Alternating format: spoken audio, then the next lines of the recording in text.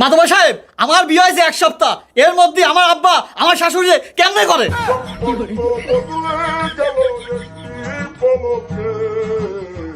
না মানে বিয়ে বিয়ে। এই স্যার, এই বিয়ে করেছি আমি করেছি, তোর বউ লাগে আমার বউ লাগে না? আপনার কাছ থেকে ভাত খাবার চাচ্ছি আমি।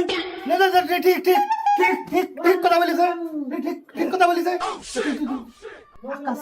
পরিস্থিতিটা কি?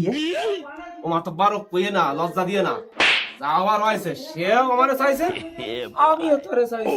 তো এ তো সমস্যাটা কি হয়েছে? আরে মাতব্বর, তাই এ কিভাবে সম্ভব? আমার বাপ যদি আমার শাশুড়ি বিয়ে করে, তাহলে আমার বউ তার ভাই হয়ে গেল না? আর আমি তো তার আগের থেকেই সমালছিলাম, তাহলে এখন আমরা দুইজন ভাই বোন হয়ে গেলাম না? একা এরে তুই করিসটা কি?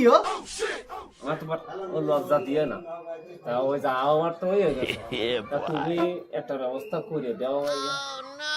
এ কুদা, এ তুই একটু মেনে নে না, দেখ না কোনোভাবে কিছু করা যায় কিনা। আরে মাতব্বর, এ আমি কি করে মানিয়ে নেবো? আমার শ্বশুর বাড়ি আমার বর শ্বশুর বাড়ি এক জায়গায়, এ কি মানিয়ে নেওয়া যায়?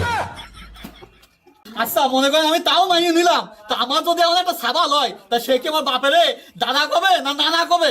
আহা, আমি পারি না আর পারি না, আমি কেন মরি না।